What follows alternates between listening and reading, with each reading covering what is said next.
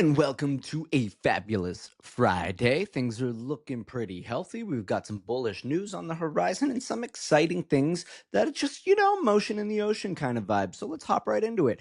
Bam! Now, the big news that deserves a lot of volume, and we'll probably be getting it, is this interview earlier today with SEC Chair Paul Atkins, basically discussing Project Crypto. And the long and the short of it is that they are all in, stating that they will be using a lot of their resources to bolster and reinforce the industry. Again, this is around creating the rules and regulations for the industry to flourish. That is the thing that has been missing. So funny enough, as people say, hey, this is an unregulated industry, anyone countering with that is, in fact, lying directly to your face. The reality is that these rules and regulations have been begged for, and they are finally coming. Of course, this is going to be a slow process. These are legal rollouts. They have to become law. They really need to be proposed through Congress, as we've seen with the variety of bills and acts going through it. But this is a fantastic push forward. If we are going to be the crypto capital of the world, and hopefully that comes in tandem with AI as well, this is just a massive first step. Also, let's be real,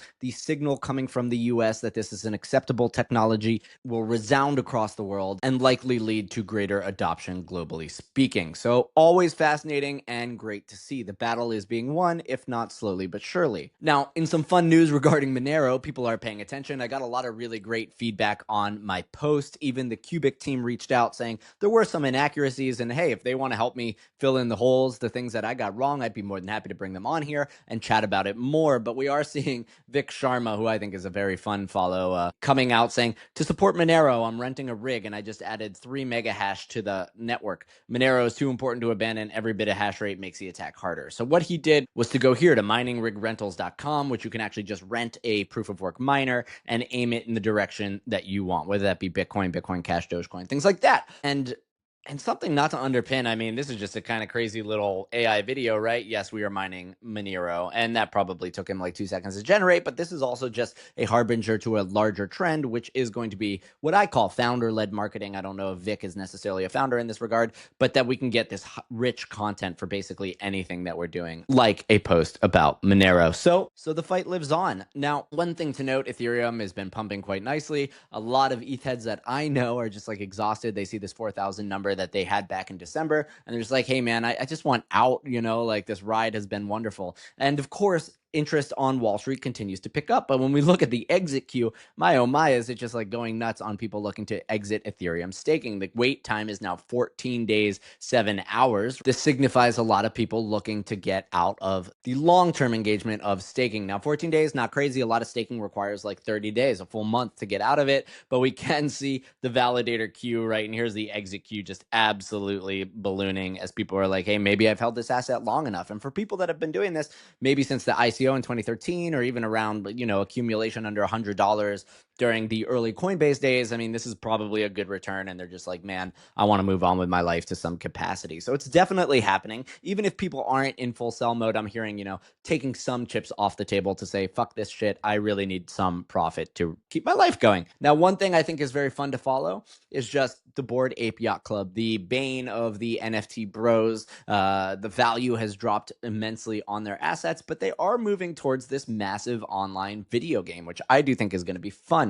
In full candor, I do not own any Bored Apes, maybe, but I do have some of the other deed land and the codas, and I think it's a really fun concept. And the core of the goal was to create the largest parallel first-person shooter game, period. So they want this to be very much what the Oasis was in Ready Player One, a giant place that pulls in all sorts of cultural elements where thousands of people can concurrently engage. And it's starting to look cool, right? People are beginning to hang out. We're getting these fun clips of the game, and we can see that there is actually something beginning to take shape. So this is sort of, for anyone that's familiar with Fortnite, this is starting to look pretty good, to be honest with you. And they came out with like a proprietary game called Bathroom Blitz. And again, it's got very strong Fortnite vibes, but a place that not only people can come to interact, but could be a cultural melting pot. And I'm excited for that. We're starting to see the NFTs come to life. This is an image of a piece of land in NFT format. And of course, we're beginning to see the 3D renderings where the game will actually take place. So will this pop back up? Will the Bored Apes have a return?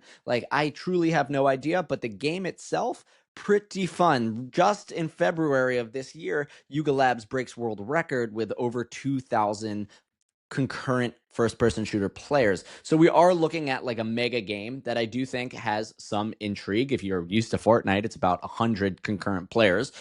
So this is clearly a significantly larger number, but there could be some sort of comeback happening here. I think it would be exciting for all the NFT holders. Yuga Labs themselves raised like $1 billion. So it's just, we want to see this work. I see no reason to root against the Bored Apes, even if they are kind of the NFT bro embodied. But whatever, their success is all of our success. And we are seeing a lot of NFT comeback. And as I've mentioned, there is a solid NFT comeback from blue chips, a lot of them in the art realm, but CryptoPunks taking the lead, Pudgy Penguins doing really well. But the art block stuff, like squiggles, like chromies, like autoglyphs, that's the collector crowd, and that is having a very strong bid these days. Now, all that pretty good news, pretty exciting. We're moving in the direction we want to be moving in. We're going to have to see how the global economy treats us because it is getting a little bit shaky and we are beholden to it. However, this technology was always meant to break out of that economy, so who knows? Anyway, with that being said, have a great Friday, a great weekend. Don't over lever. We've seen a lot of liquidations happening yesterday. A lot of liquidations have been going down recently, so try to just stay safe. The best way to generate revenue is honestly just buy and hold. And with that being said, have a wonderful weekend, and I'll see you on Monday.